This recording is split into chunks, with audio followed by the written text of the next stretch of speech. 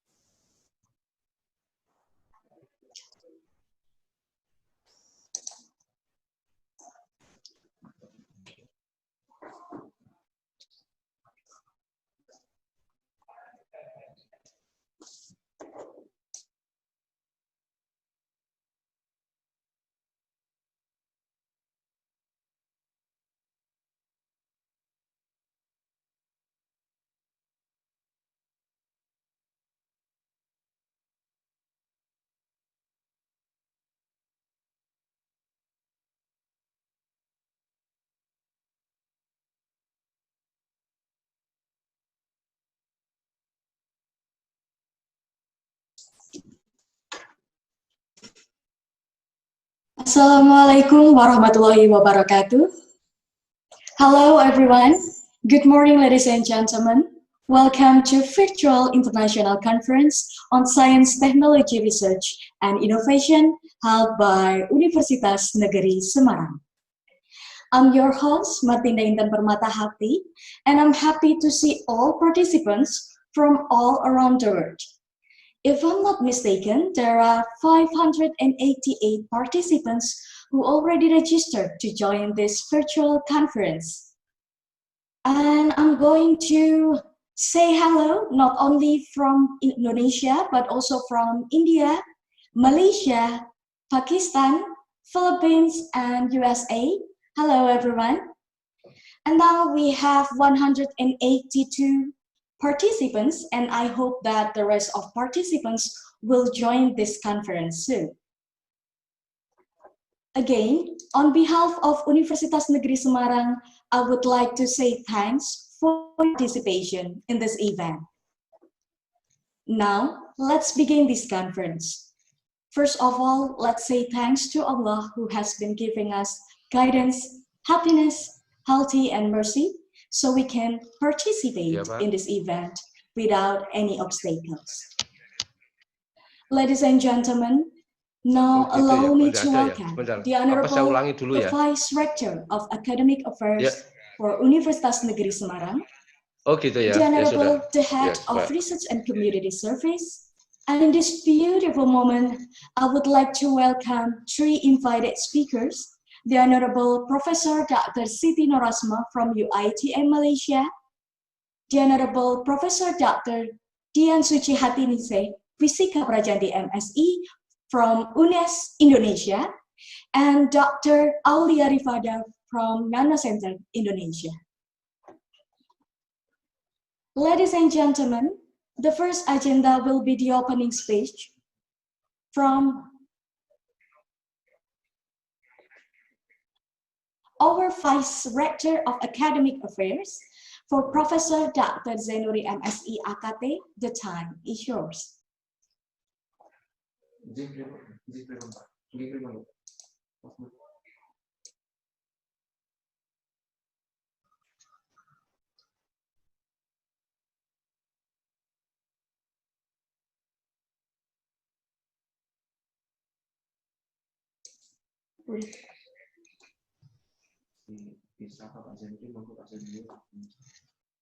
Hello, Mr. Zainuri. Professor Zainuri, can you hear me? Please now start to join us with another account. Please wait.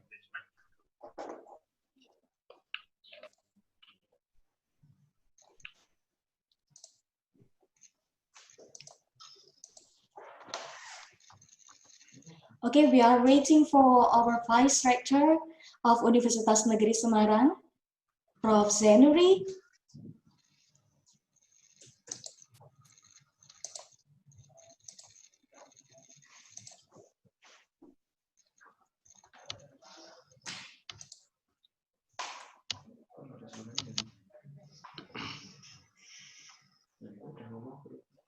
Okay.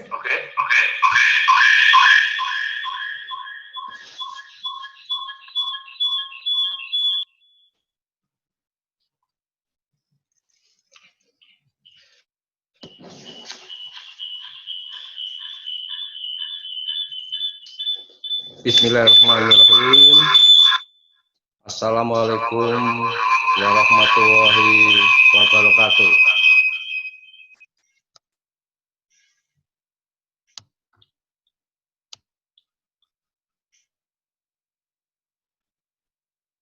Bisa dimulai lagi, Prof. Silakan.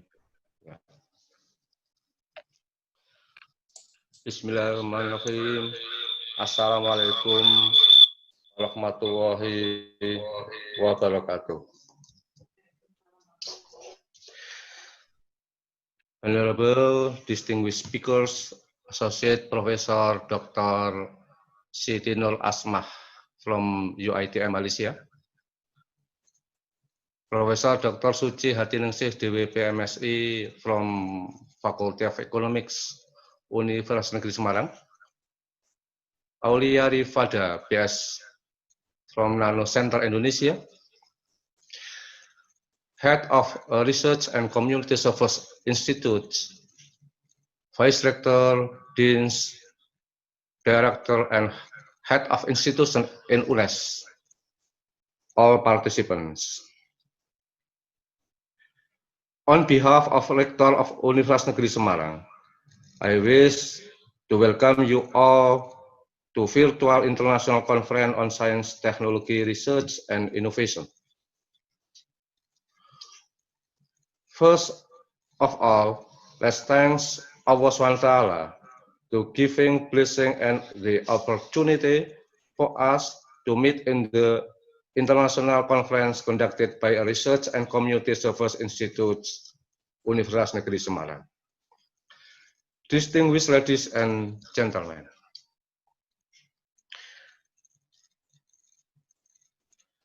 the conference is in accordance with UNNES vision, UNNES to become conservation with international recognition.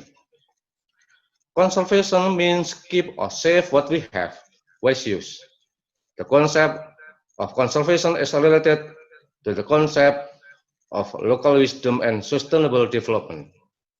Sustainable development is defined as development that meets the needs of the present without compromising the ability of future generations to meet their own needs. Ultimately, in the natural resources utilization, the use of the natural resources is for the greatest good to greatest number of people for the longest time. UNNES was declared a conservation university on 12 March 2010. UNNES obtained Kalpataru. The university originally had 3 pillars of conservation. There were the first, natural resources conservation, the second, value and character, and the third, art and culture. The focus on resources conservation, but also value and character conservation. Based on the first pillars, there are 3 aspects of creating environmentally friendly university, namely clean campus and healthy campus. UNNES has built reservoir to control surface runoff and water conservation from infiltration and percolation. A wastewater treatment plant was also built to control the pollution of water produced by activity in the laboratory. This university developed solar panels as well as microhydro as a form of renewable energy. Based on second pillar, UNNES maintaining arts and cultural conservation.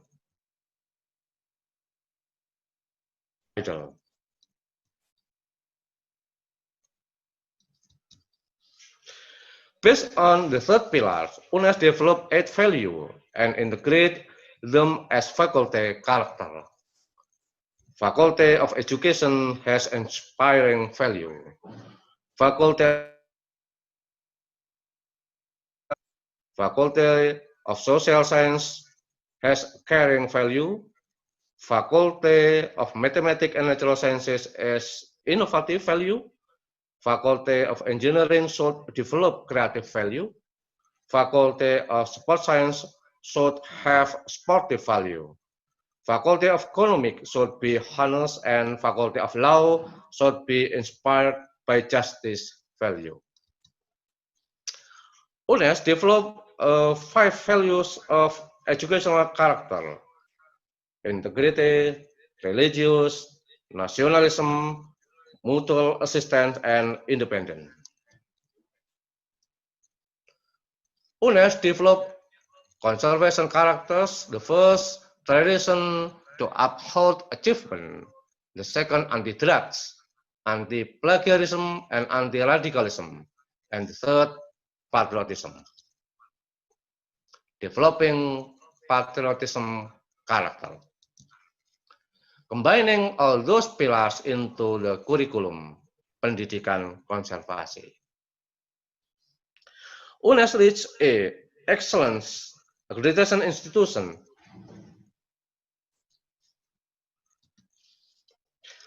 There are 4 study programs reach international certification for AUNKA, namely Indonesian Education Development, Biology Department, Physical Education Department, and Economics Development Program. Webometric rank. UNNES in 2019 51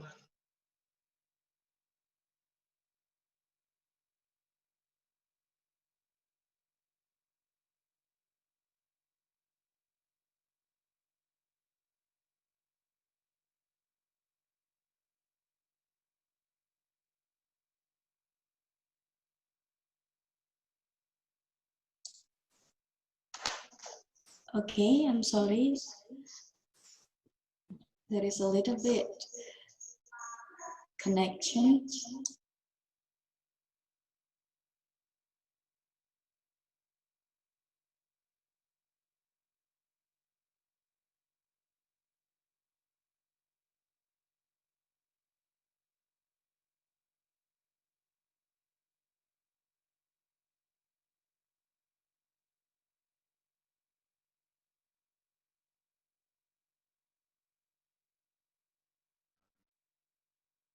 We are really sorry for a little bit disturbance in the connection.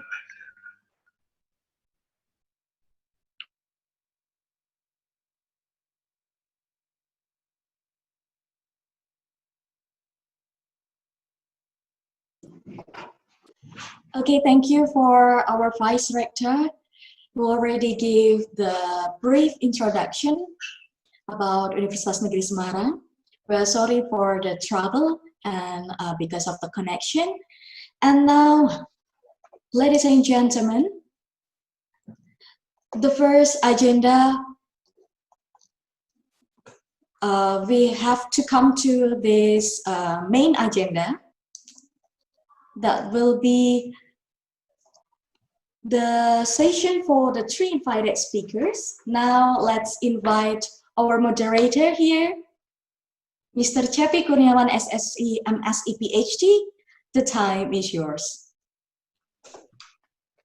Okay, thank you, Ms. Intan, for the time. Let me first introduce myself. My name is Cepi Kurniawan. I'm from Chemistry Department, Universitas Negeri Semarang, Indonesia. I would like to thank to all the participants for joining us today. And the most grateful thing that I can say is to all of the speakers, Prof. Siti Norasmah, Prof. Suci, and Mr. Aulia Rifada.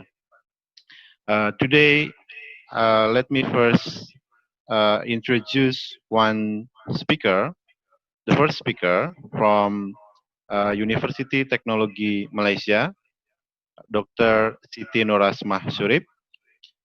She is hold a PhD in material science in nanocomposite. Current position is now as associate professor at the Faculty of Applied Science, University Technology, Malaysia. Her research expertise mostly in the fiber, reinforced composite, biocomposite, eco materials, nanofibers, and composite. Uh, I would like to invite her to deliver the talk for about 40 minutes, and then it will followed by the question and answer. So I would like to remind to all of the participants, if you have any question during the talk or from the speakers, please type in the chat column.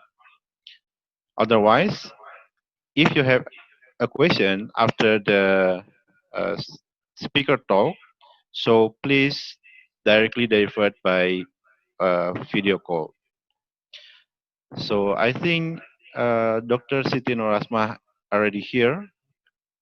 Dr. Siti Norasmah, can you hear me? Yeah, Dr. Seppi, I'm here. Okay. Okay, Dr. Siti, the time is yours.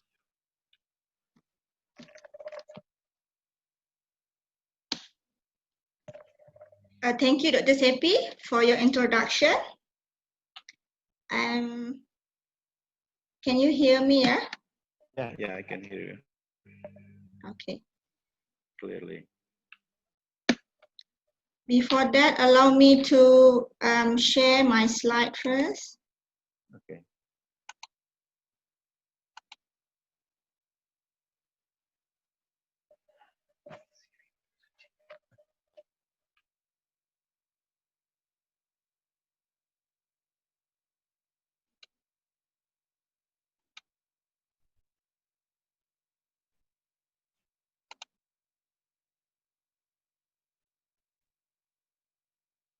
Okay, Assalamualaikum warahmatullahi wabarakatuh, and a very good morning to everyone. First of all, I would like to congratulate Universitas Negeri Semarang, UNNES, for organizing this virtual conference. This is our new normal, yeah?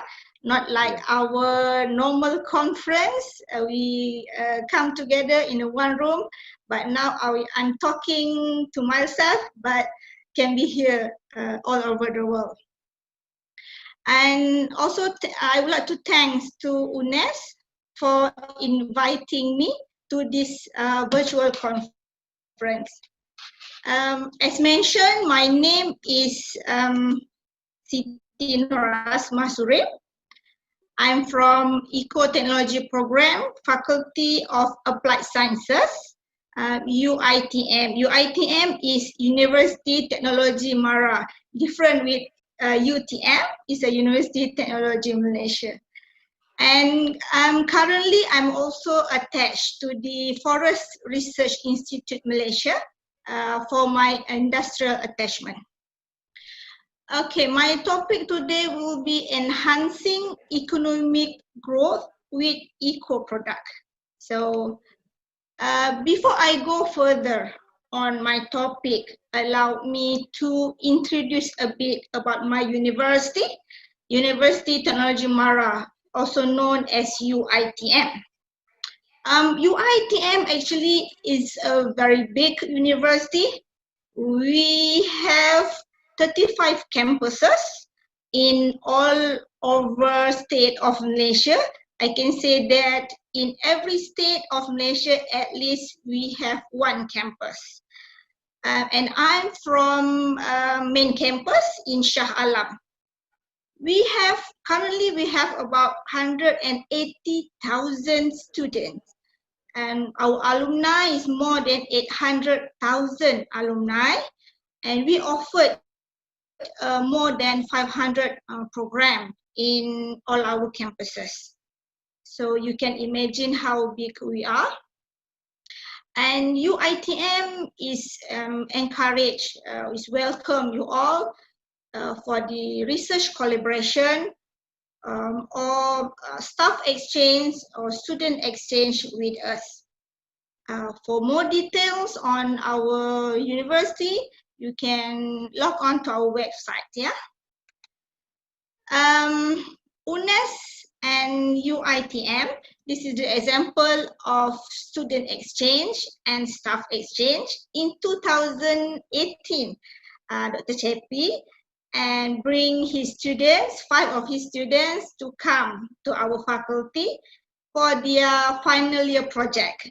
So besides they're doing their research work in the lab, they also involved with the community program with schools. So we are organizing a program called it Composting Bin. So we produce a composting bin at school and involved by the students from UiTM and also mobility student from UNNES. We had a great day, and hopefully one day I can visit UNNES. Yeah, just now I saw very green campus. So hopefully I can come to UNNES one day. Okay, we are now still struggling, fighting with the COVID-19. As our countries move towards rebuilding our economy after COVID-19, recovery plan can shape the 21st century economy in ways that are clean, green, healthy, safe, and more resilient. The current crisis is an opportunity for a profound, systematic shift to a more sustainable economy that works for both people and the planet. So in Malaysia, we call it kita jaga kita. We take care of the planet and the planet will take care for us. The UN Secretary General has proposed 6 climate positive action for governments to build back their economies and society with green and eco plan, which is green transition, green economy, green jobs, sustainable investment, confront climate risk, and cooperation with all countries. The new normal in 2020 will demand a new and more flexible approach to weather the storm of the pandemic. We kick off this new year bursting with energy and determination. Indeed, 2020 was supposed to be a milestone for us, with everyone hoping to make great strides forward and propelling our digital nation further along a trajectory to becoming a more developed nation on the world stage. And actually for Malaysia, 2020 is a year that we're waiting for, because Malaysia, we have the Vision 2020 or Wawasan 2020, meaning that we aim to be a developed country in 2020. However, as we all know, the entire world was affected by the health crisis brought on by the COVID-19 pandemic. In addition to ensuring panic, the world economy has become a virtual hut as the spread of COVID-19 has disrupted the world. And as a researcher, I think I'm not the expert to talk about the economy in deep, but as a researcher, we can do research and innovation in our research, because innovation is a primary driver of economic growth. The starting line was productivity as a cost reduction strategy. By picking up the baton of quality, productivity has metamorphosed or changed to incorporate environmental protection and community enhancement as a means to increase prosperity.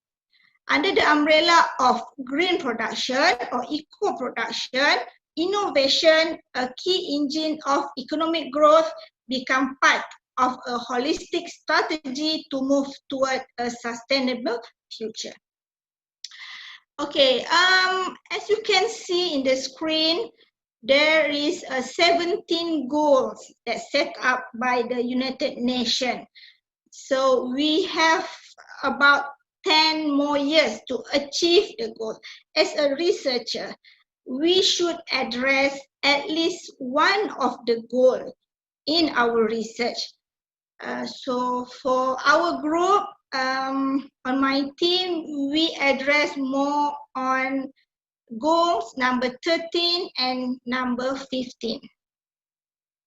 Why we need to, in line with this sustainable development goals? Because we are sharing the same planet. We are breathing the same air, and there is no planet B for us at this moment. So by hook or by crook, we have to take care of our planet.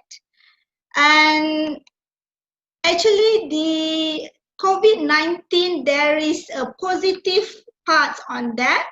Because of the pandemic, our Mother Earth is now healing from the pollutions. Yeah, the factories is shut down, people are locked down at home, so nobody going abroad. So the air pollution, the industrial pollutions are lesser at this time. But this is temporary. For continue healing the earth, we have to do our part by using eco concept, okay? Living with eco. What is eco materials? Eco materials are often called as the environmental friendly materials or environmentally preferable materials. Eco materials are those that can contribute to reduction of the environmental burden.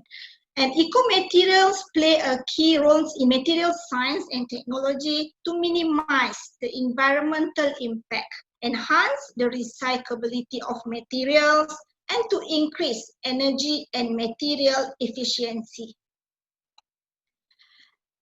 This is the example of eco-materials, raw materials that we can use that are available abundantly in our country. For example, empty fruit bunches from palm oil, rice husk, pineapple leaf, and also our crops like bamboo and kenaf that we can get the fibers from the plants and we can use to making eco products. Same goes to the biopolymers that can be derived from the plants, from the polysaccharide, and not to forget the plastic that can be recycled. Please recycle the plastic that we can use again.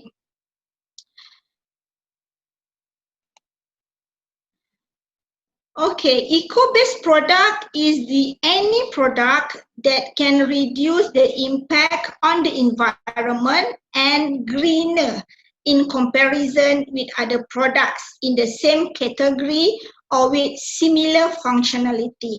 For example, we have now the biodegradable straw or paper straw that the users are same like the plastic straw. But the paper straw is more eco-friendly, is more eco-designed because it can be degradable. Same goes to the batteries. We have the normal batteries and also the rechargeable batteries. The rechargeable batteries is more eco-friendly because it can be used a few times. Comparing to the normal batteries that only single use and then we throw it away. Nowadays, there is a trend to produce an eco bricks. Eco bricks is very easy to build. We just need an drinking bottle and then stuff with the old newspaper and tie it together. The eco bricks can be used as a chair and as a table. Maybe can be applied in school and university as well.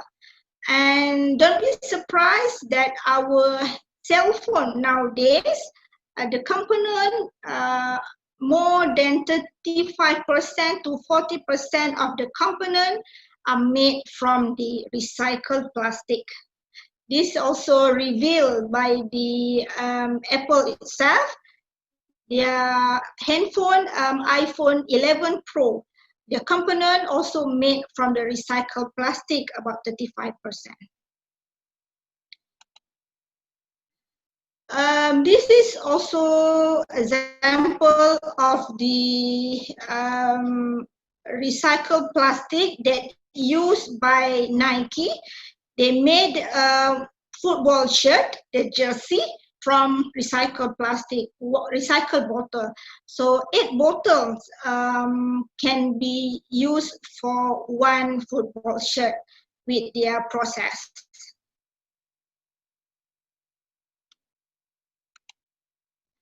And not to forget is eco-design. We have the materials to produce the product, and don't forget about the design, because eco-design means the incorporation of environmental consideration into the design and the development of the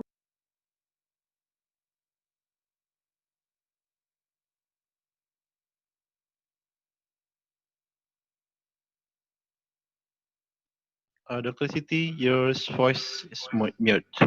Sorry. Okay, can you hear me now? It's okay. Okay. Sorry, maybe I clicked some.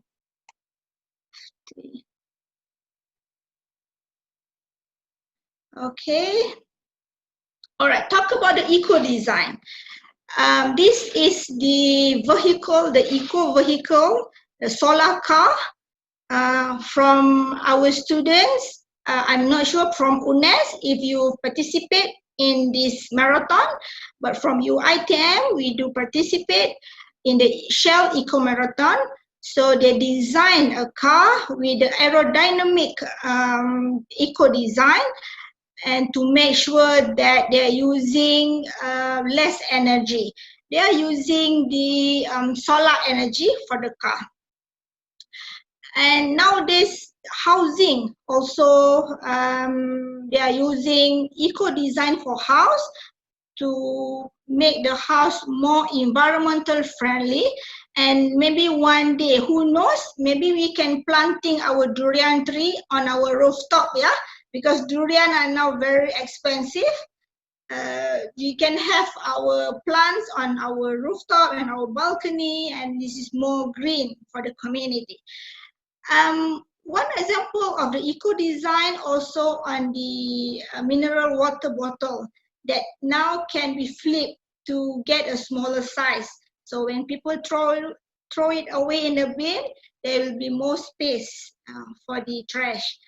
And also the design for chairs, for furniture to be more flexible, more aerodynamic, and also at the same time will minimize the uses of raw material. Eco product need support by the government. In Malaysia, we have a label that called My Hijau. Hijau is green, yeah.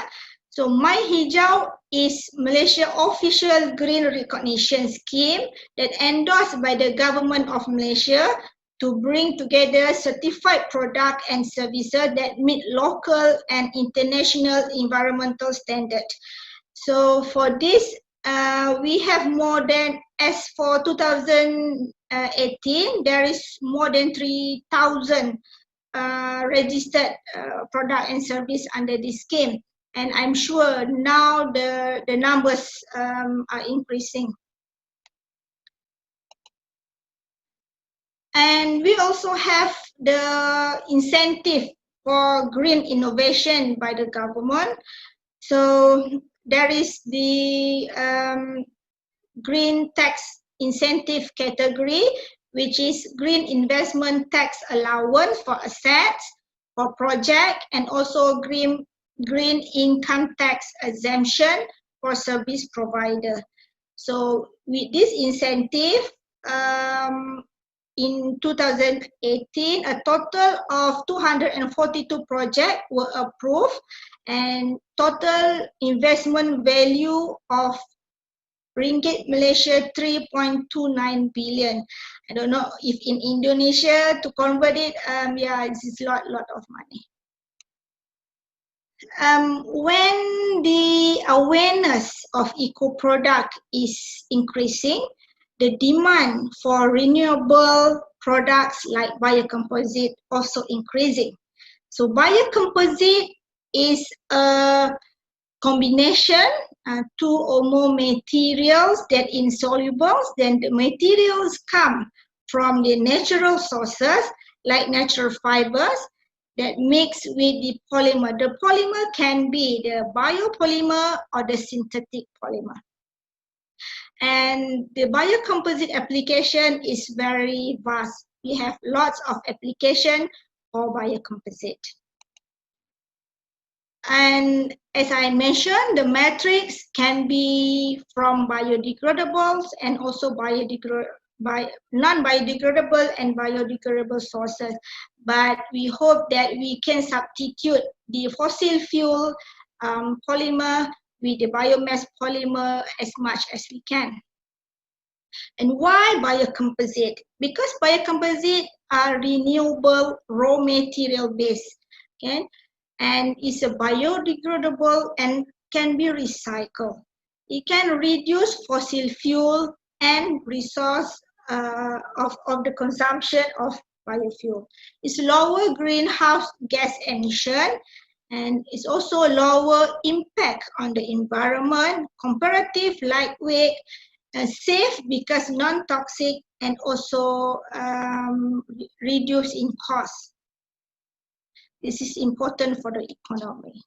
And recently, biocomposite have begun to penetrate several additional markets beyond the main sales market of construction with the latest advancement in injection molding and 3D printing. Both wood plastic composite and natural fiber composite are of high interest for a multitude of applications and fruitful new option for product differentiation. The biocomposite market continue to grow, stable in established market like construction and automotive, and growing strong in the more recently entered market of consumer goods and packaging, with new players providing opportunities in innovative applications.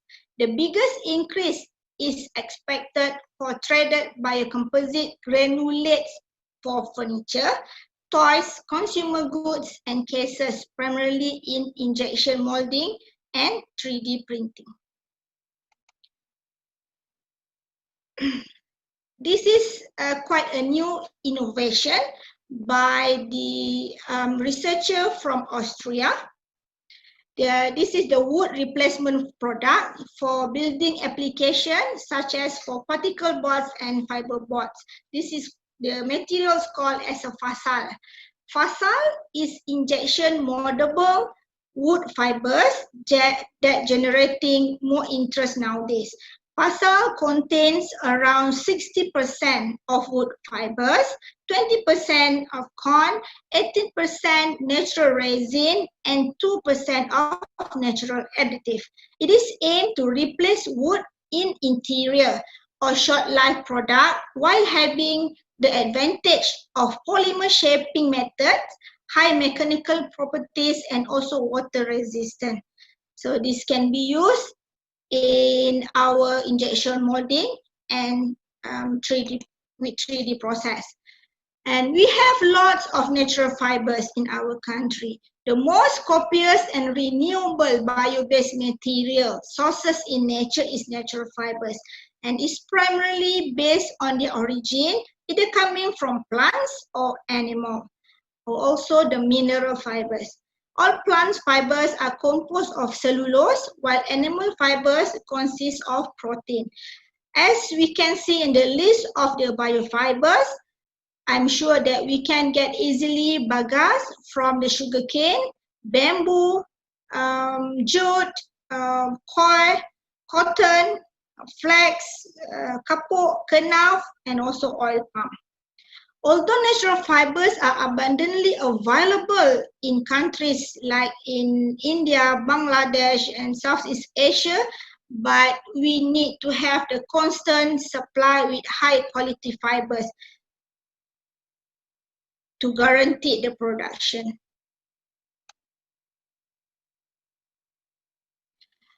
And we can see our natural fibers is comparative actually with the e-glass fiber.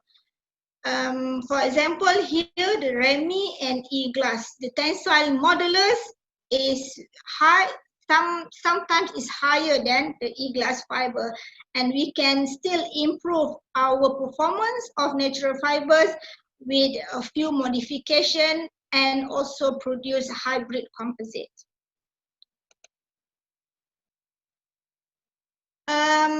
Malaysia and Indonesia, we are the biggest player in oil palm industries. So we have lots of renewable resources that we can use as a raw materials.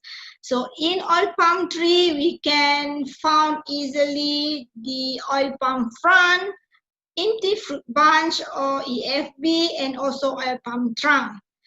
So we can get the fibers from oil palm tree to produce our eco products. And this is the example of product from oil palm tree as the flooring, as the furniture and decking, and also we can make into the granules for easier injection molded, and also we can produce bio oil or biofuel from oil palm. And in Malaysia, we also increase the planting of kenaf fiber. We try to transform the domestic kenaf industry from a crop industry that is reliant on subsidies, low yielding and uncoordinated, to an emerging commodity crop which is vibrant, self-sustaining, and industry-driven, focus on high-value product.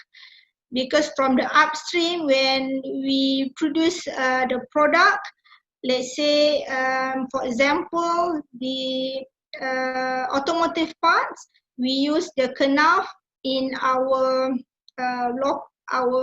local car. It's called a proton.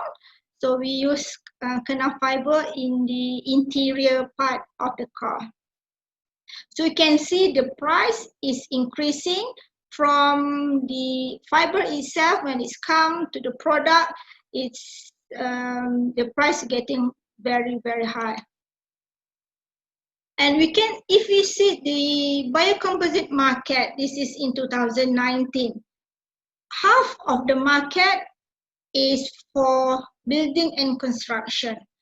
And then the second largest market is in automotive, because many parts in the automotive, they use biocomposite, they use natural fibers as a reinforcement to the plastic.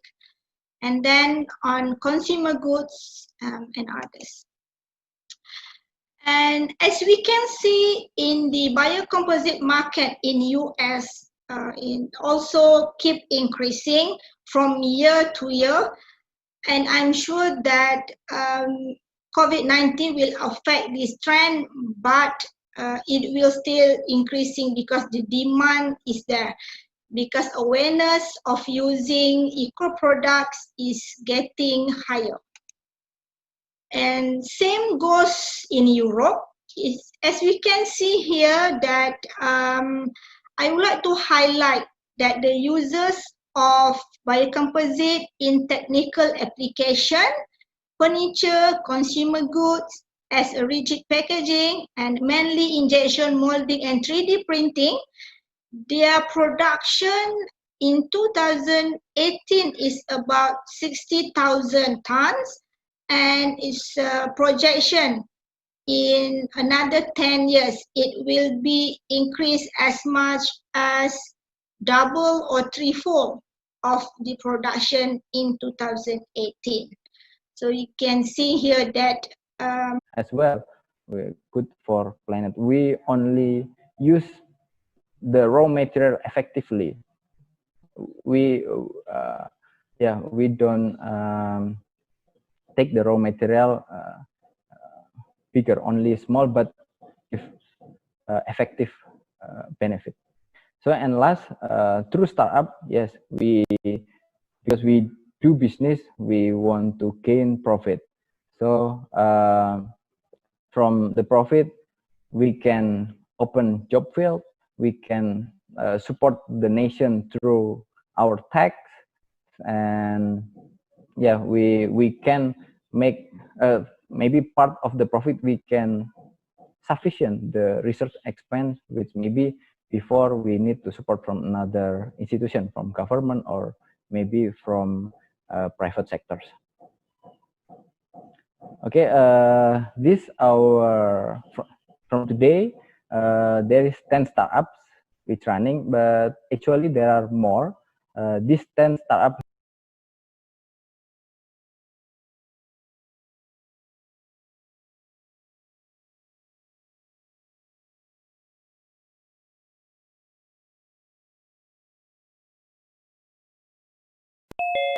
yes, today only 10 startup exist.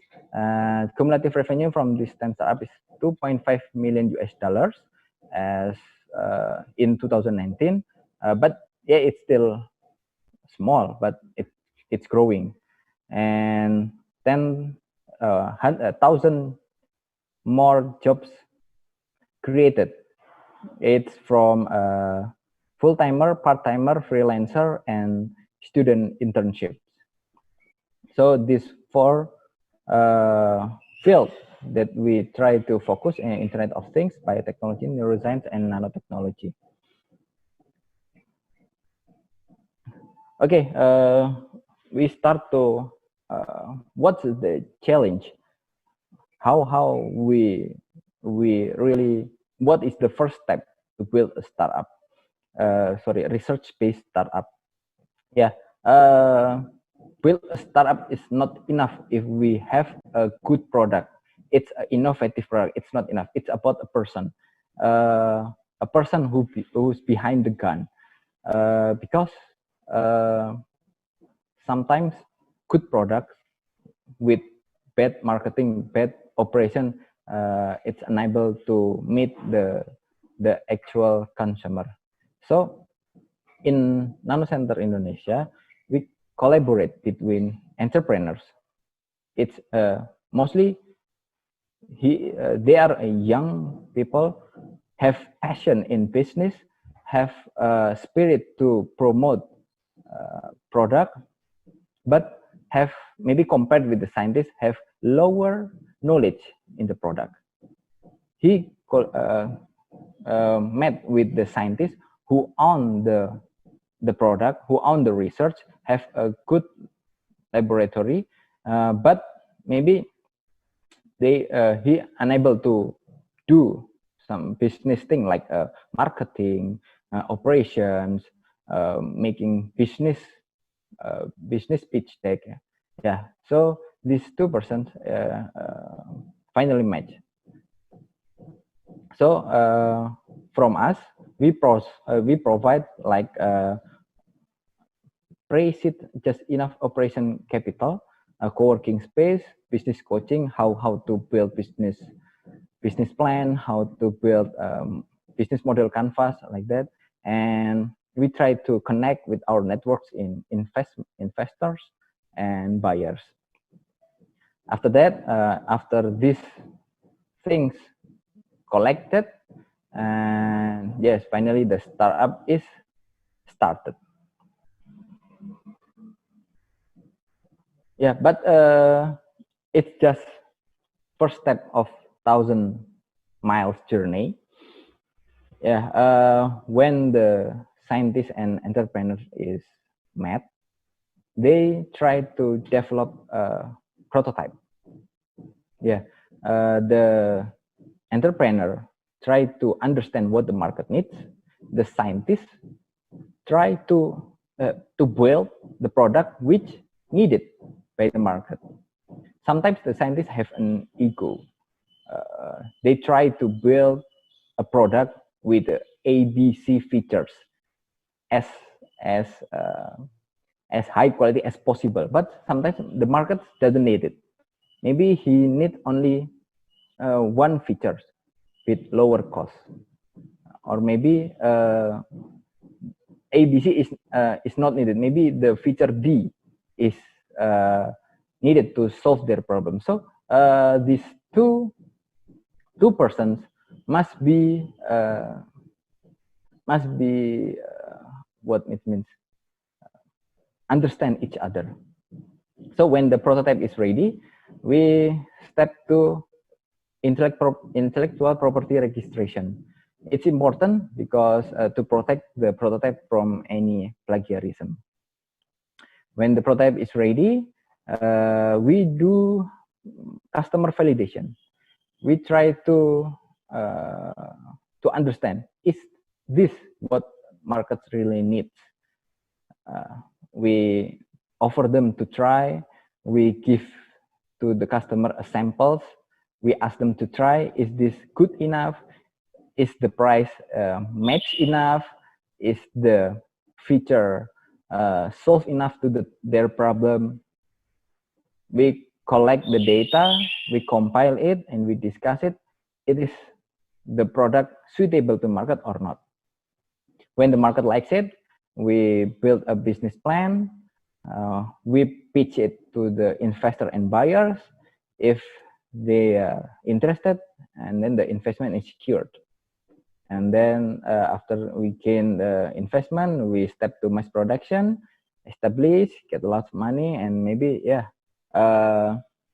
we up to you to be a startup unicorn, to be an IPO company or exit. You gain enough money to build another prototype. Is up to you. Okay. Before, maybe I forgot to explain, develop a product, it must be as efficient as possible, because in the beginning, you don't have any revenue. The product is not ready yet. The customer, it's impossible to them to pay for the product, unfinished product. So maybe you have limited funding, you have limited resource of money. So try to build the product as efficient as possible.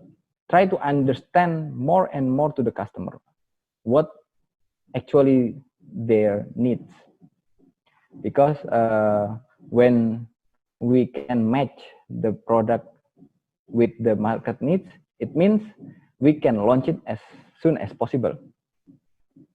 So there are thousand experience in the world that the startup is discontinued because they are running out of money in the value of that.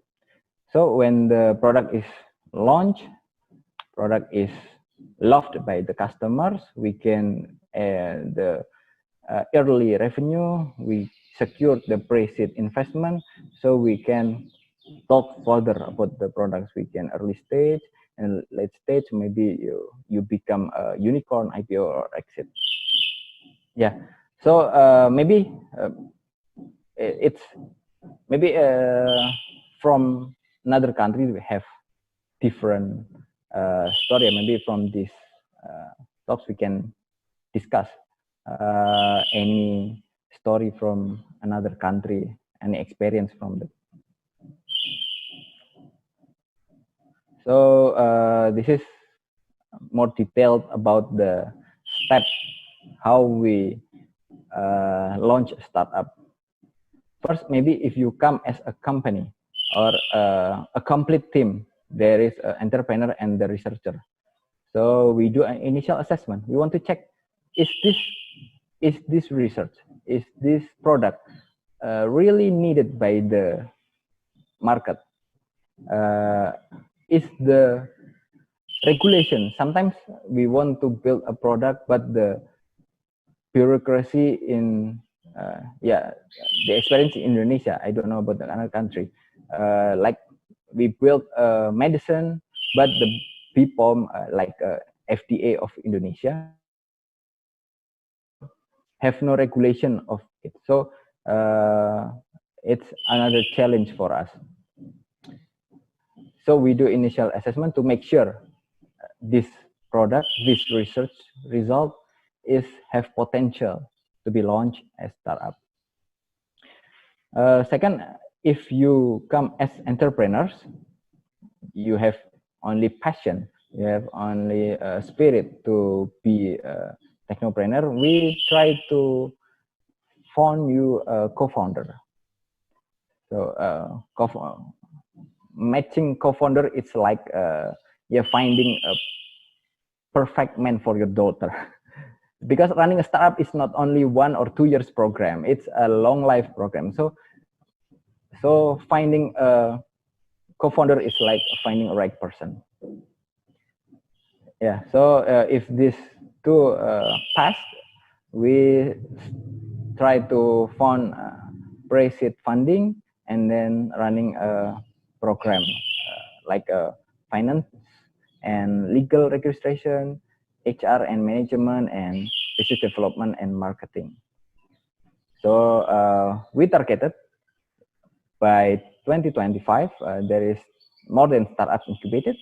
80 startups is funded by venture capitalists, with total valuation of all of the startups is $1 billion and funding $20 million, and there are more than 200 founders in our community. So these our startups.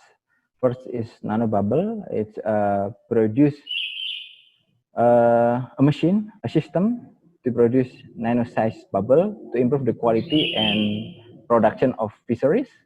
There is Cotters. Cotters is online platform for study abroad preparations. It's like Primagama, but for looking for scholarship. There's Nanotech Herbal, produce high quality herbal goods through nanotechnology. This Nano Natura, it produce organic nature-based consumer goods. I will talk to you further in the later because I stand there as CEO. And Nano Synergy, it's platform of experts who solve industrial process problem like a failure analysis and another. And then last, not only nanotechnology, also platform of vendors, event vendors, and then Nano Edu is high school education service for innovators and entrepreneurs.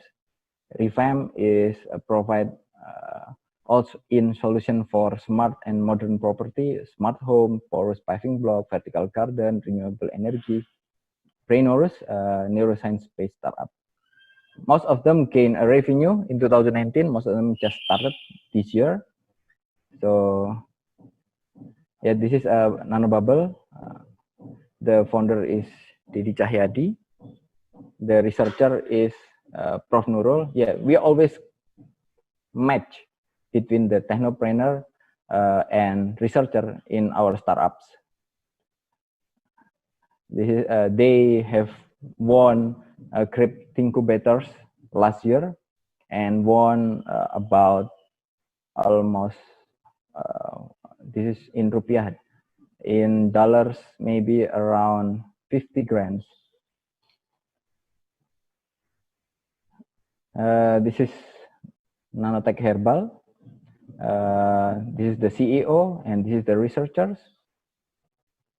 They produce propolis. They are focusing on bees product like a honey, propolis, beeswax, and another. This is Cotters as a platform of education. They provide online education, online preparation, how to gain IELTS in good score, how to prepare like documents, how to make a motivation letter and research plan, and etc.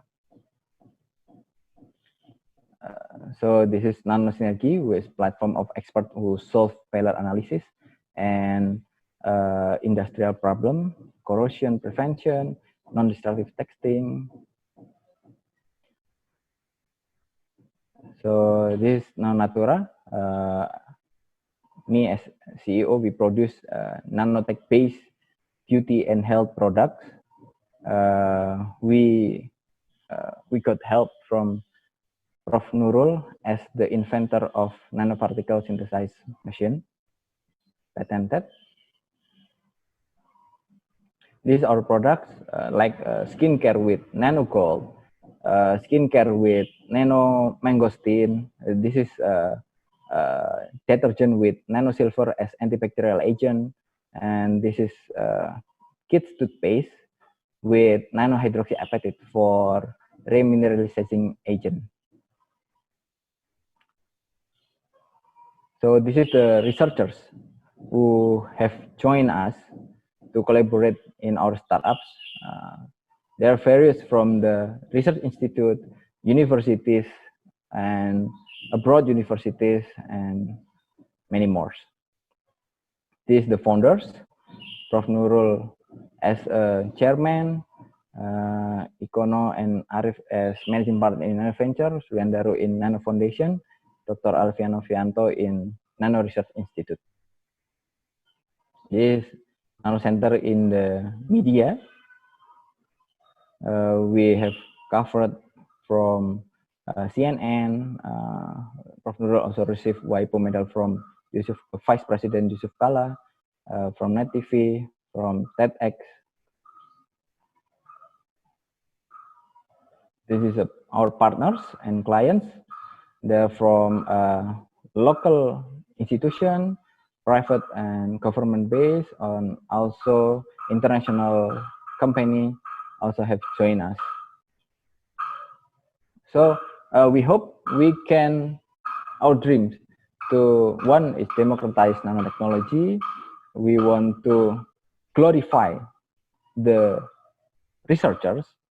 Yeah, maybe, I don't know in another country, but in Indonesia, most of them, the researchers, after the pension, they have no rights with their research. The research belong to their institution, to the university or the institution. So with us, the researcher hope have kept their technology in their startup. The researcher also have some share in the startups. Okay, maybe a short introduction about Nanonatura is research-based beauty and health manufacturing platform. This is our business model. We collaborate between brand owner wannabe, SMEs, MLMs, beauty influencers who not own competitive and innovative product to sell. They want to do business, but they are unable to create product. And we collaborate with the researchers who own technology, who own research result. So we combine what market needs with the researcher ability to produce product which match with the market need. So the brand owner can launch the product, innovative, competitive, and ready to launch product in the market. Brand owner happy and to promote and their product.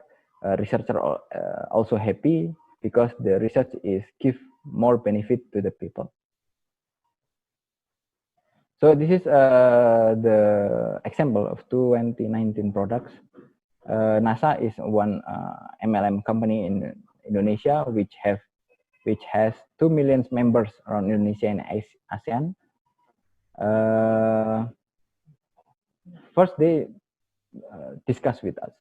They have most of its members are women who living in rural area, so they are looking for local product with local innovation. So we collaborate with Dr. Titi Rokhman, who invent nano gold. So we produce skincare with nano gold, which have potential as anti-aging agents.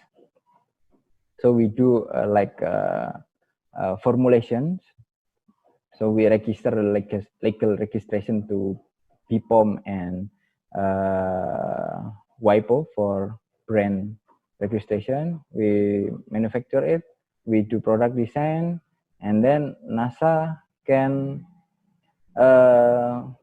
sold this innovative, competitive, and legal product. In total revenue, 35,000 US dollar in 2019. Around 30,000 pieces of product is already sold in market. So our partners is manufacturer and researcher partners. And this is another related product. We always combine between product from research and what market needs. This is Dr. Etik Mardiati who invent nanokitosan. So we create a cream for wound healing named Chitoskins. And this is a Garcia skincare, nanomangosteen extract for anti-aging skincare. We use technology from Prof Nurul for nano synthesize. So we obtain around 67,000 US dollar. This is a perfume. This is a nano silver as antibacterial agent in detergent. This is nano hydroxyapatite for active ingredient in bone supplement. This is skincare. This is toothpaste and many more.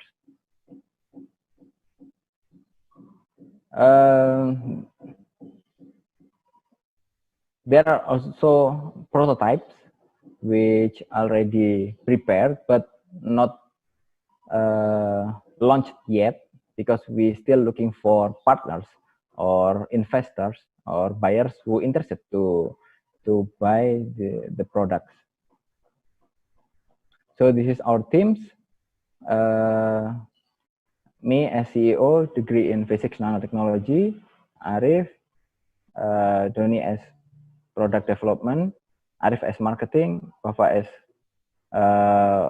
operation, and Dr. Edi as our pharma advisor because she is a pharma expert in PTFM BPPT.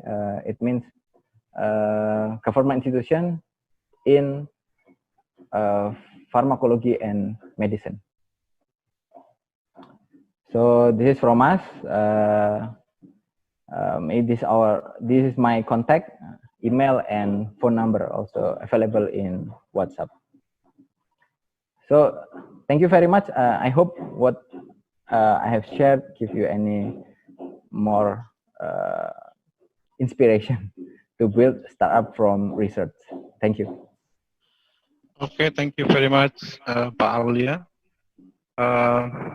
And I'd like to deliver 4 questions from the participant. The first question is from Mr. Dilip. Can you tell me farming-based nano product can produced in developing country like Indian villages with limited fund, since all characterization facility restricted to it? Okay, thank you with the question. Yes, based on our experience, we always try to produce a product as efficient, as cheap as possible. Maybe in the beginning, we don't need to do characterization.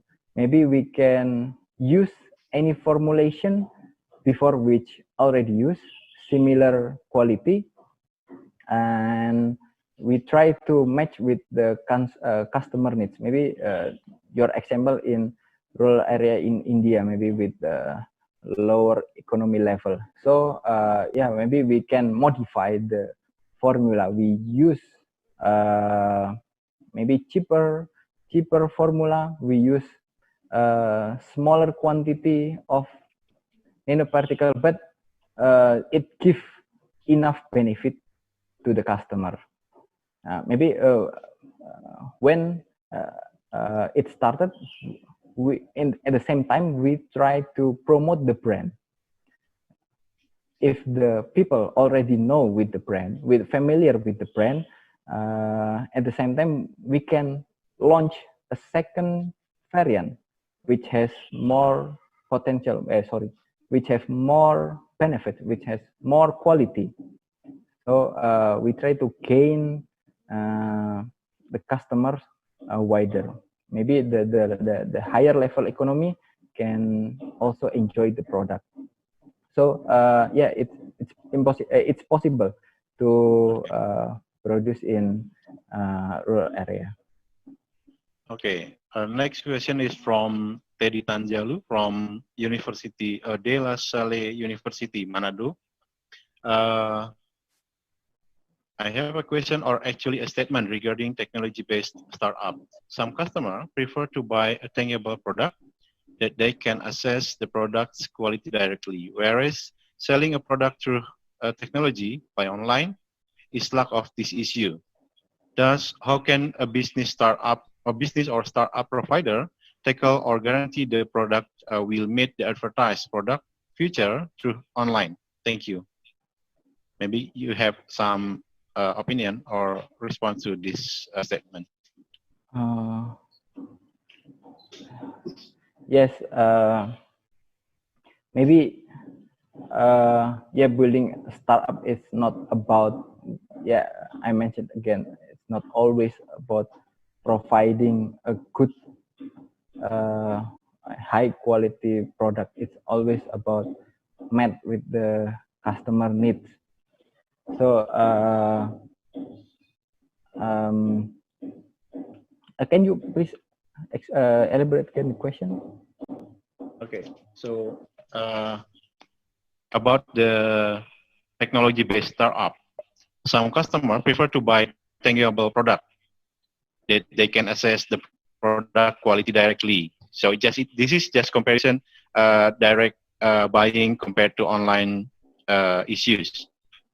So how can the business startup provider tackle or guarantee the product will meet the advertised product through online? Yes, maybe I think Indonesia is very wide with total population 217 million. Yeah, market level is very diverse.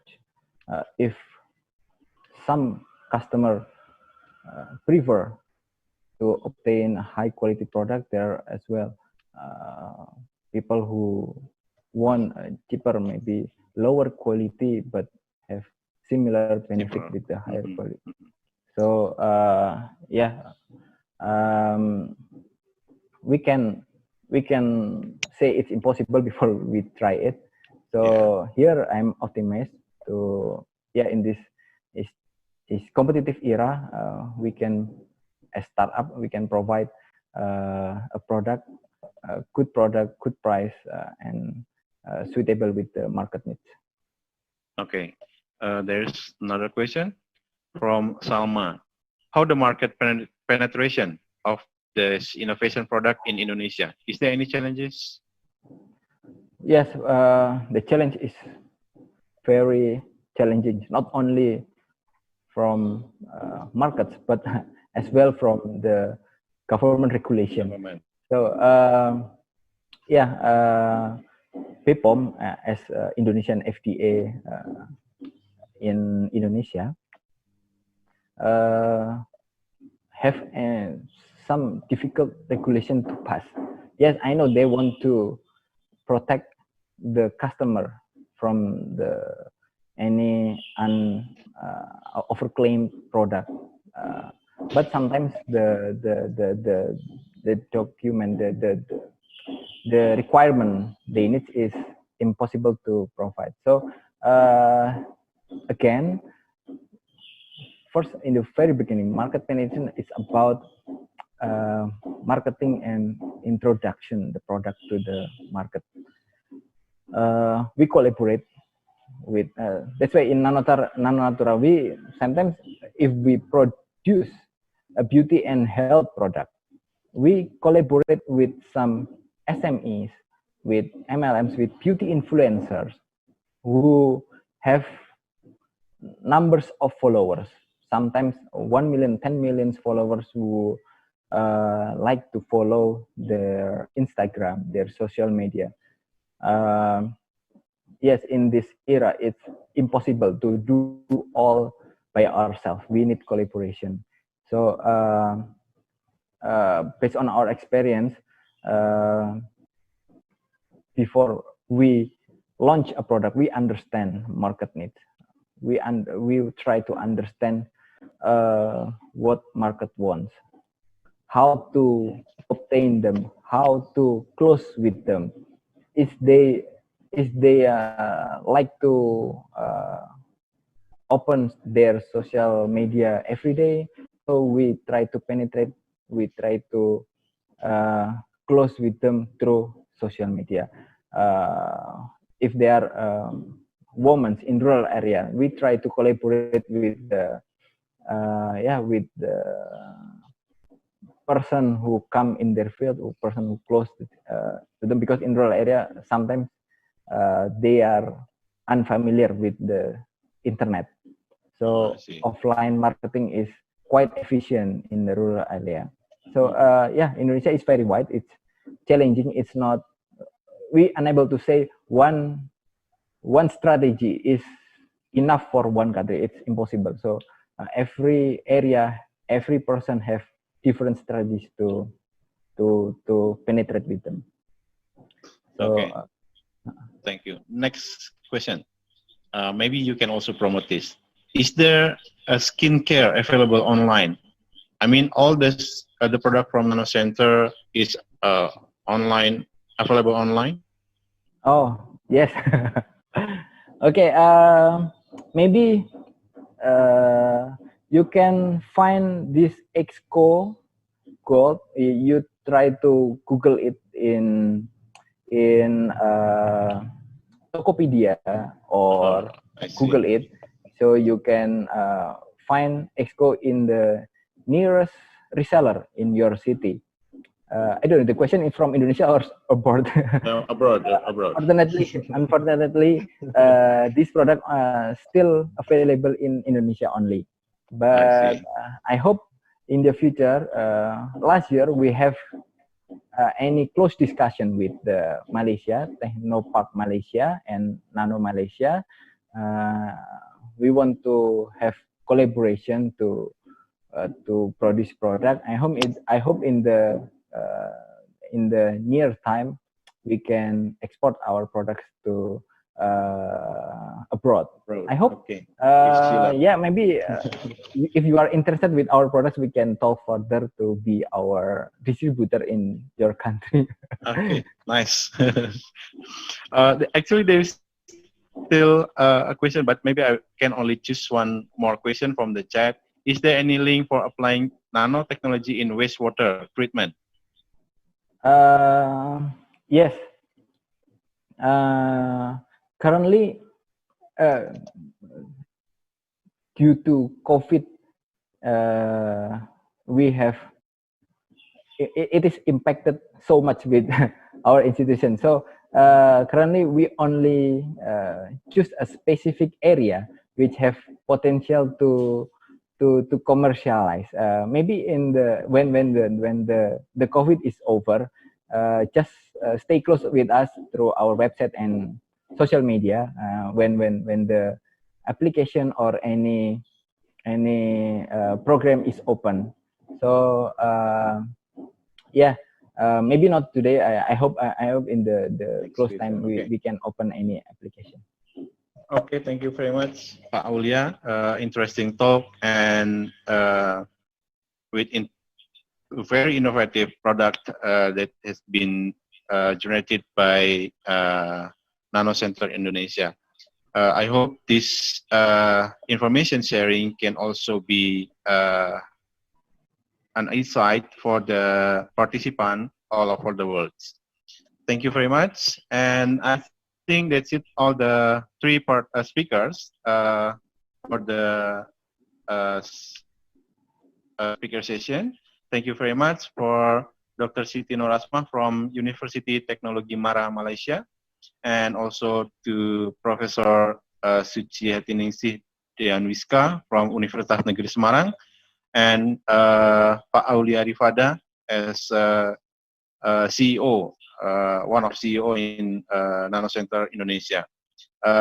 Thank you very much. And next, I would like to invite you to the poster session. As I let you know in the previous slide that we invite about 8 poster participants. Actually, we received about 15 poster presentation, but due to the limitation of the time, we only choose 8, and hopefully all the speakers are here. But unfortunately, again, there's only a few of the speakers attend this meeting. So first, I would like to invite Ibu Isti Hidayah from Universitas Negeri Semarang. Are you still here, Bu Isti?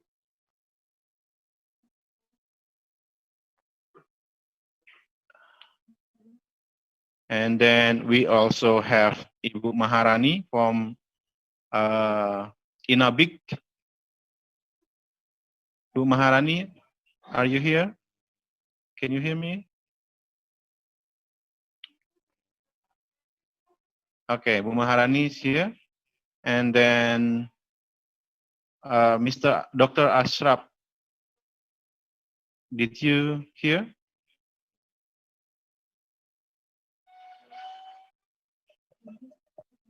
Oh, okay.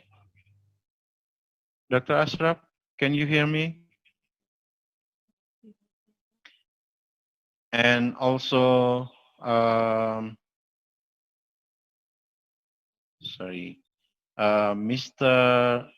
Samir Ahmad. So please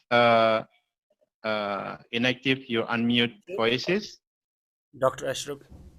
Okay, Dr. Ashraf, you are here. Thank you.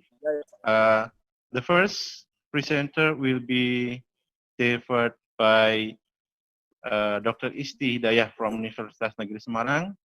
Dr. Isti. Yes. Okay. Okay. Wait. Hello.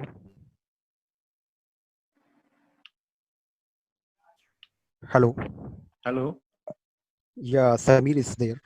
Oh, Samir. Okay. Thank you, Mr. Samir. So please wait for next turn after Dr. Ashraf. Please wait. Yeah, sure.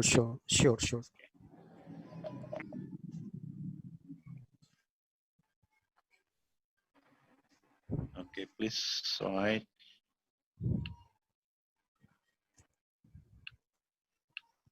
Okay, this is a presentation from Dr. Isti Hidayah from Universitas Negeri Semarang, Indonesia. Dr. Isti, you have 3 minutes to deliver a poster presentation.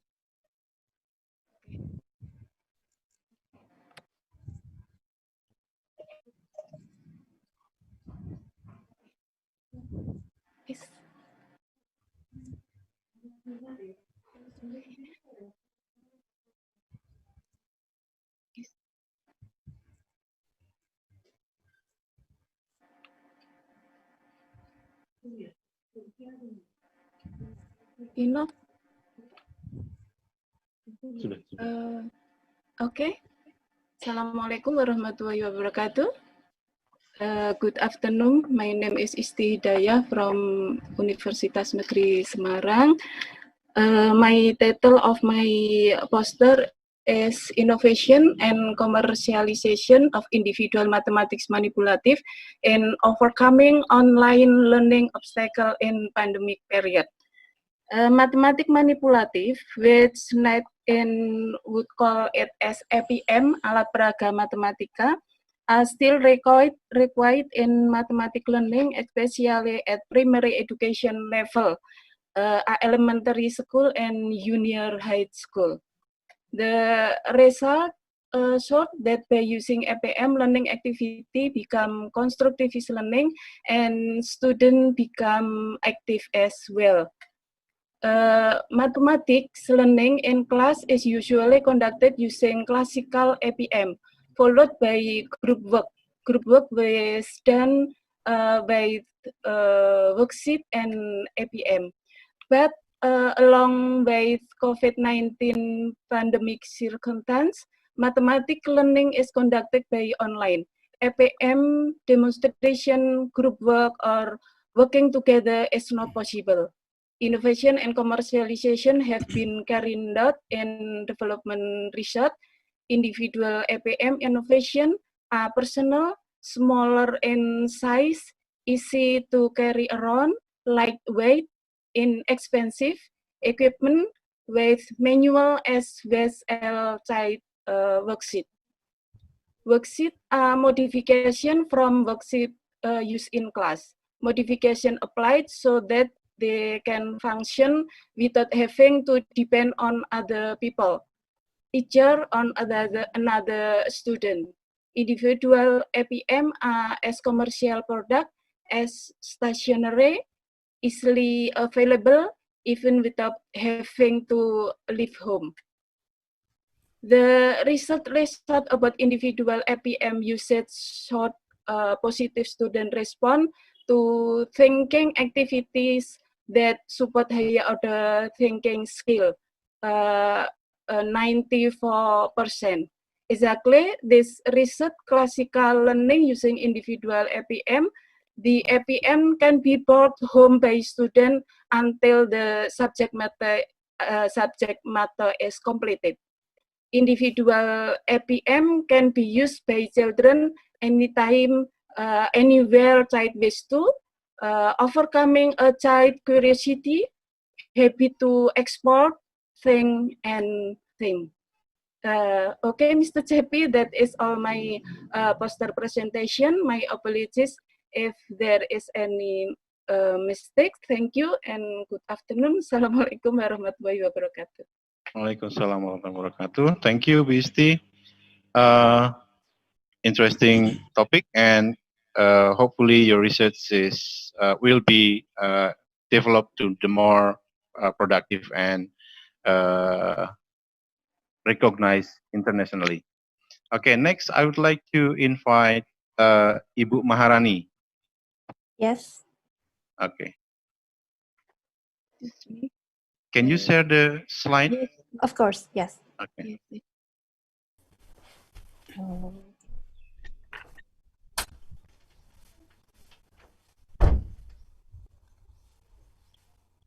So thank you for the opportunity. My name is Maharani, and I am as Executive Secretary of INABIC, the Research Foundation of Indonesia Biogeography and Biodiversity. So INABIC is a research facility focusing on the field of biogeography and biodiversity. We are comprised from multidisciplinary researchers, and recently we are focusing on our program called Banana Smart Village. I'm sorry, the captions here are in Indonesian, but I will try to explain it in English. So in our project called Banana Smart Village, we helped a village called Desa Bukti, but now we also help another 3 villages, and we are focusing on how to utilize banana as their local plants to help them in helping the economies and also other fields. So I'm sorry.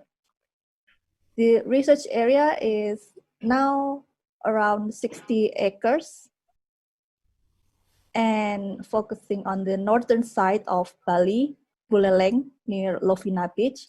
And now we are heading to Bedugul also.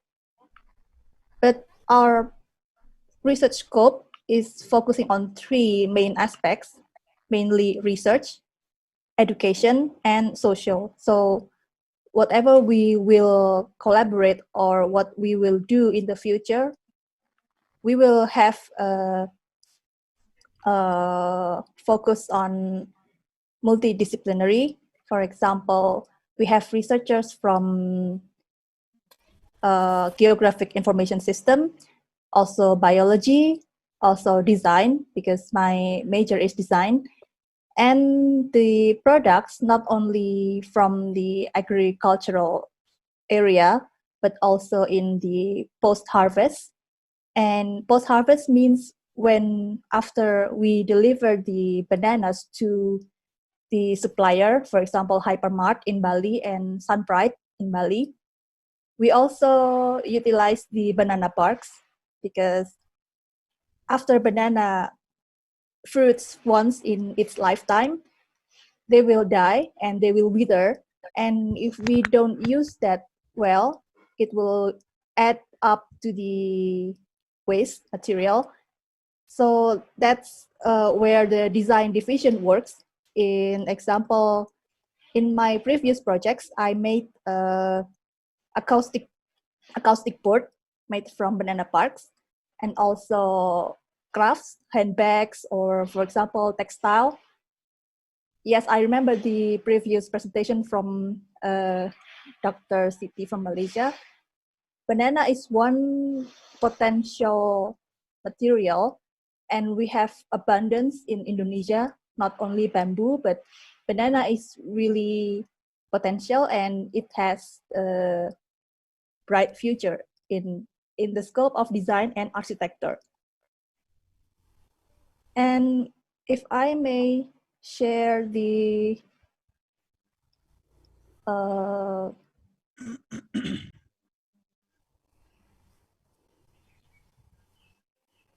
wait, the banana smart village itself. Can you still see my yes. Can you still see my sharing? You are screen? not sharing the screen. Oh, okay. I'm sorry. So I think that is all from my poster. Okay. You can contact me later, of course, and thank you for your time. Okay, thank you very much, Ibu Maharani. Yes. Good luck with your next future research. Next, I would like to invite Mr. Ashraf. Ashraf Malik, can you hear me? Yeah, sir. Yeah. Okay. Can you share your screen? Okay, sir. Okay. Okay.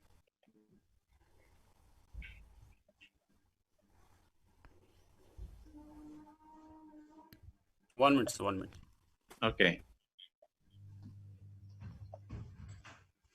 Is this?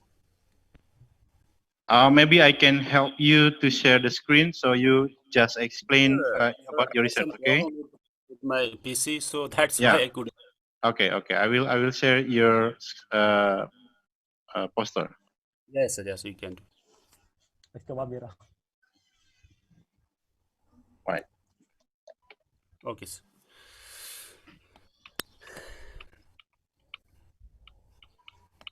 So please, the time is yours. Yes, sir. Yeah. Okay. Hello. Hello. Hello. Can you see the slide? Yes, I can hear you. Okay. Okay, sir. So, hello, everyone. I would like to start with the Islamic greeting. Assalamu alaikum to all of you, to all of participants who are here. So I am really thankful to you that you have taken your time and to participate in this conference, that as me.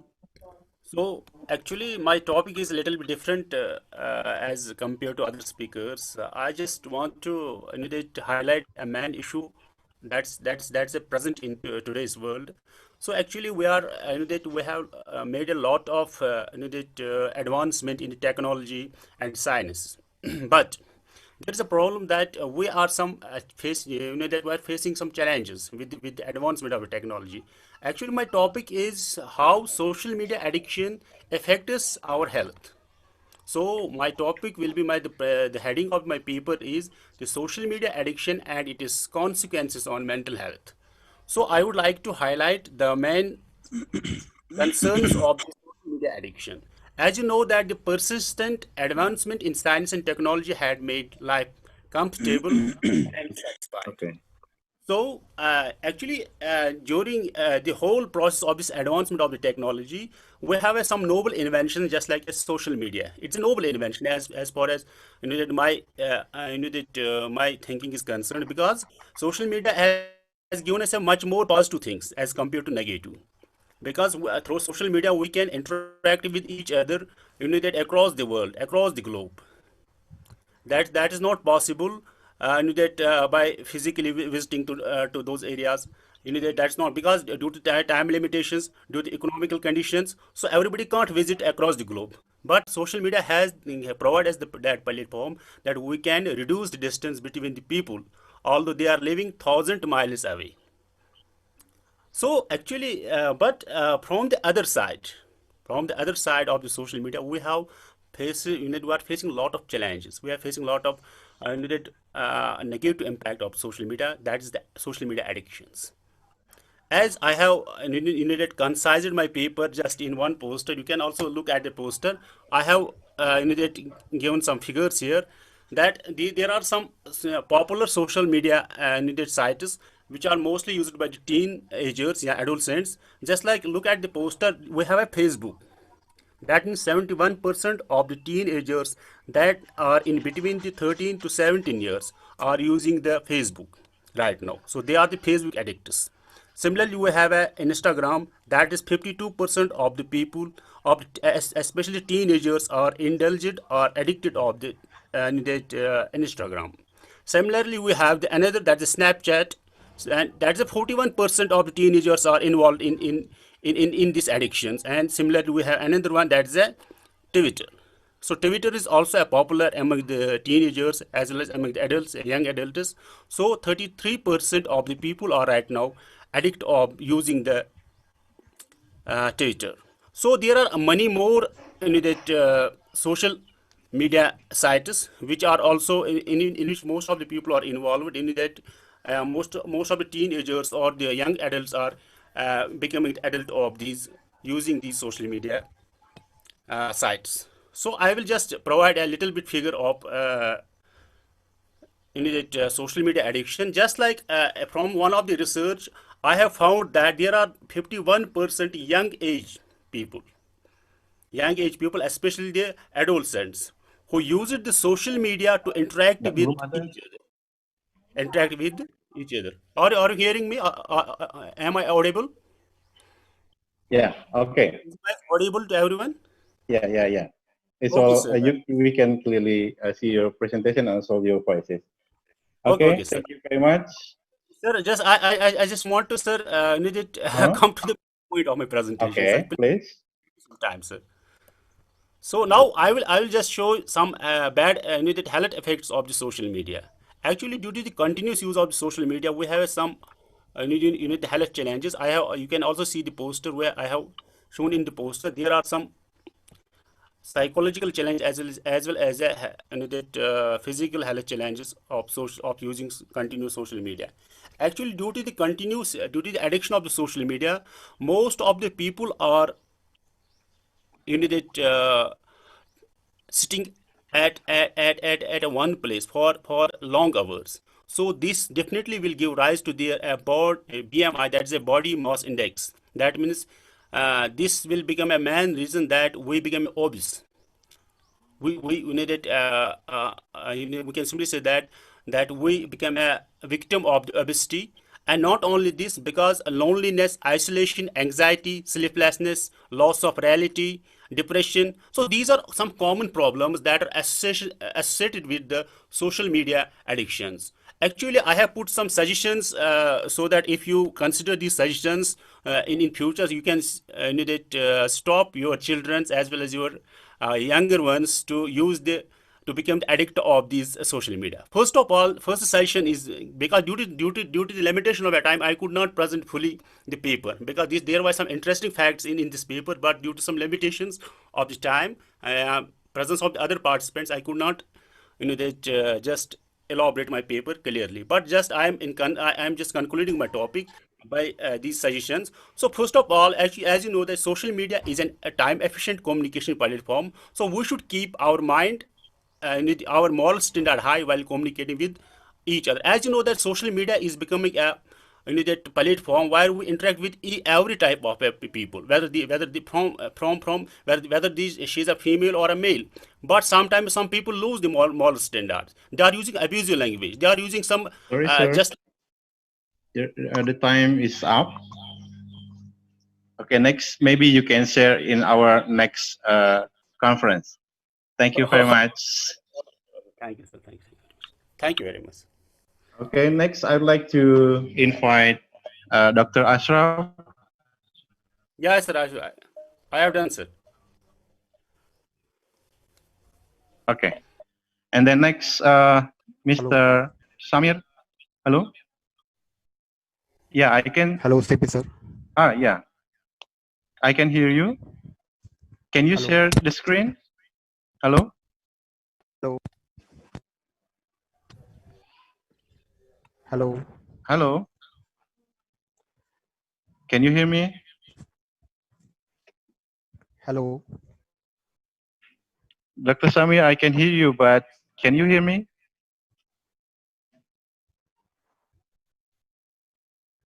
Hello? Hello. Can you hear my voice? Hello, Siti, sir. I'm not getting your voice. I can hear your voices. Hello? Maybe I will put you the last presenter. Is it okay?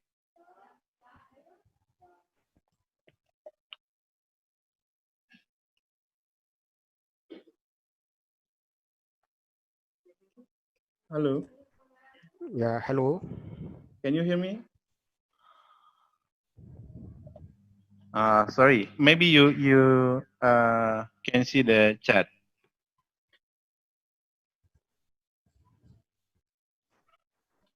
Okay, next I'd like to invite Mr. Samah, Mr. or Mrs. Samah Al-Farani. Hello.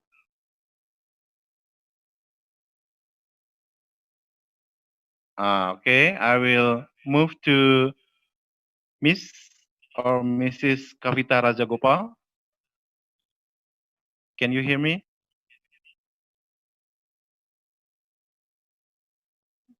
Hello. Hello. Hi. Okay. Mrs. Kavita, nice to meet you. Hi. Nice to meet you too.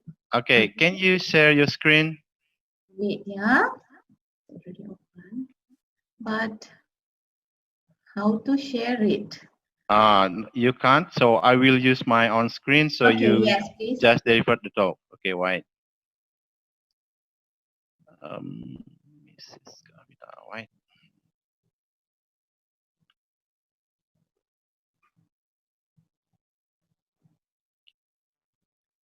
Hopefully, all of us can see your poster because your poster is long. Okay, wait.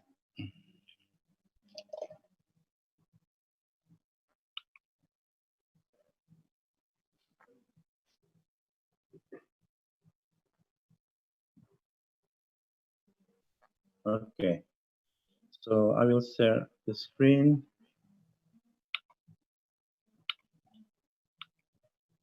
Okay, Mrs. Kavita, the time is yours. Okay. Okay. Hi, everyone. Good afternoon. Okay, my name is Kavita Rajagopal. I'm from University Technology Mara from Shah Alam, Selangor. Okay, so my research is about fingerprint. Okay, as a forensic science lecturer, you know, fingerprints, we use black powder. Black powder, the normal chemical that we use to get the fingerprint, but what I try to use here is we use the eggshell powder. Okay, most black fingerprint powder contain rosin, black ferric oxide, and lamp black. It also contains inorganic chemicals such as lead, mercury, cadmium, copper, silicon, titanium, bismuth, which can affect human health when we continue exposed with it. Is it okay? Can you see my? I can is it see okay? you and Okay. clearly heard your voices. Sorry. Okay. Okay. Can make the slide bigger because I'm using my slide. Actually, I'm looking at my poster.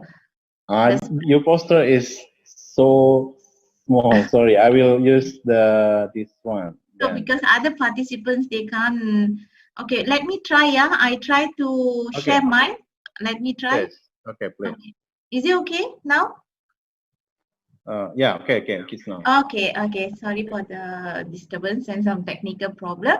Okay, so as I told you, I used eggshell powder, the bio-based chicken eggshell powder, which contain high calcium carbonate, which is non-toxic and it is safe towards human and environment.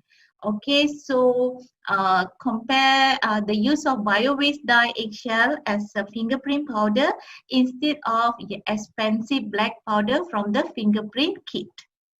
The objective of this research is to enhance the latent fingerprint using dye eggshell powder on porous and non-porous surface. So basically, this is our methodology, but we just use the empty eggshell, then we dry it, then we blend it, make it into the granular form, and then we mix it with the food coloring. Okay, we use many food coloring, but the blue color give us a nice image.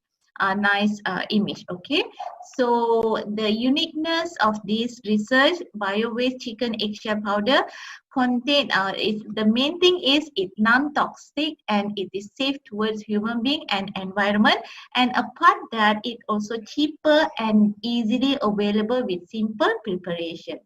Okay, so it can be used by police force or any private investigation laboratory and by university students and private public and private university students. I would like to share my result here. So here we did the comparison. All the photos are taken using normal iPhone phone. Okay, we try it because where we can get the fingerprints. Okay, we are talking from crime cases. We might get the fingerprint from bank. We just get more than 10 surfaces where fingerprint might be found. Then we compare with the this is the black color produced by the one that available in our lab, which used by everyone, the whole forensic scientists society, black powder.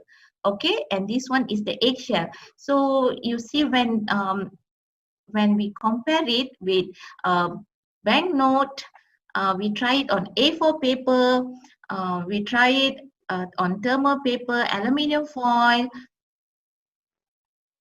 boxes, chargers. We try as many as possible. So actually we tried more than 10, but here in this poster, because it's very long, I only can share only 10 photos, 5 porous and 5 non-porous surfaces.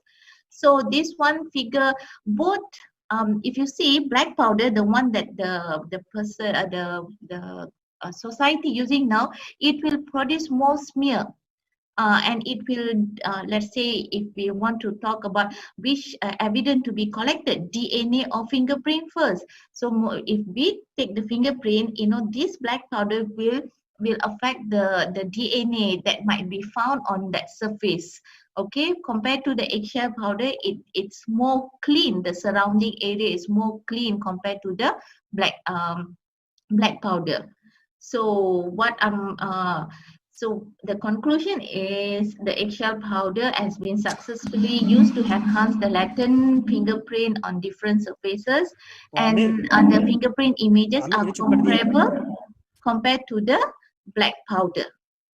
Okay, any questions? I don't want to take more time. Okay, thank you very much, Dr. Kavita. Maybe the question and answer just directly delivered to the Dr. Kavita's email.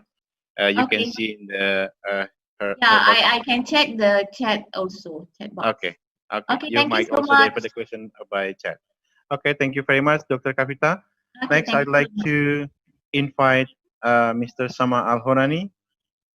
Are you ready?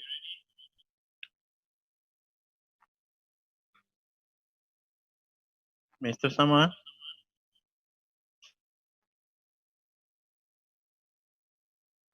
Hello?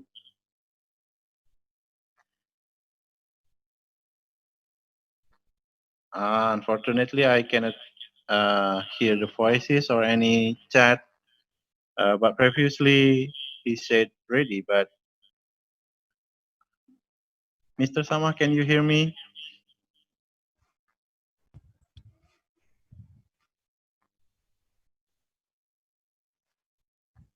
Okay, then, Hello. hello, who's this? Hello. Oh, Mr. Samir. Mr. Samir, Hello. can you hear me? Hello. Hello, can you hear me? Yes, sir. I'm not getting your voice clear, sir. Can I share my slide? Okay, please share it.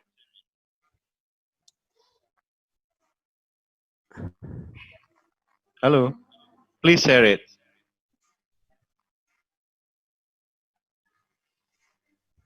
Dr. Samir.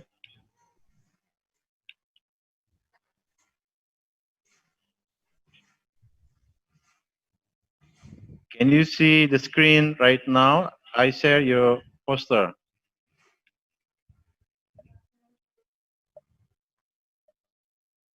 Hello.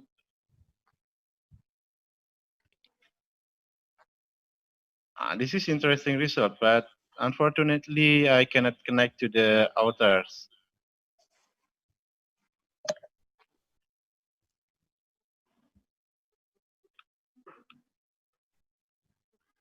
Okay, next I'd like to show you.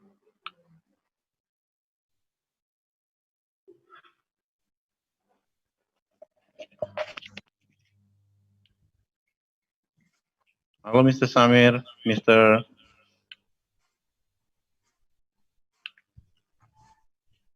Sama, are you hear me? Sorry, just because of the time, I have to terminate this session. I do apologize for any disturbance, both in technical or due to our networks. Thank you for all speakers. Thank you for all participants, all the poster participants. Your kind attendance, your kind share, very valuable for us. Next, I'd like to turn my session to Mbak Intan, Miss Intan. The time is yours.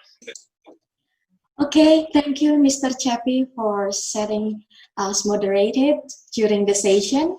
Ladies and gentlemen, we have now come to the end of the conference, and we would like to extend our gratitude to our Vice Rector, Universitas Negeri Semarang, the Head of Research and Community Service Institute, and all of the invited speakers for the endless support. And also thank you for all the participants for your participation and support of this conference. Don't forget to fill your name and also your email on the link on the chat.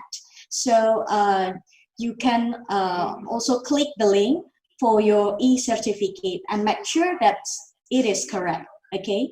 Thank you, stay safe, stay healthy, and stay innovative. See you. Wassalamualaikum warahmatullahi wabarakatuh. Waalaikumsalam warahmatullahi wabarakatuh. Thank you very much.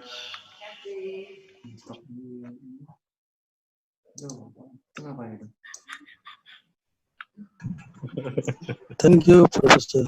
Thank you. Thank you. Thank you. Thank you. Thank you. About the certificate will be emailed by will be sent by email soon. Okay. Thank you.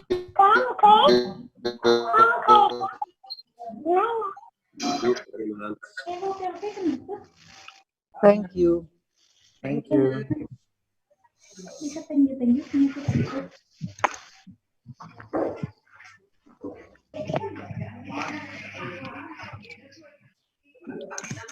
Yeah, thank you.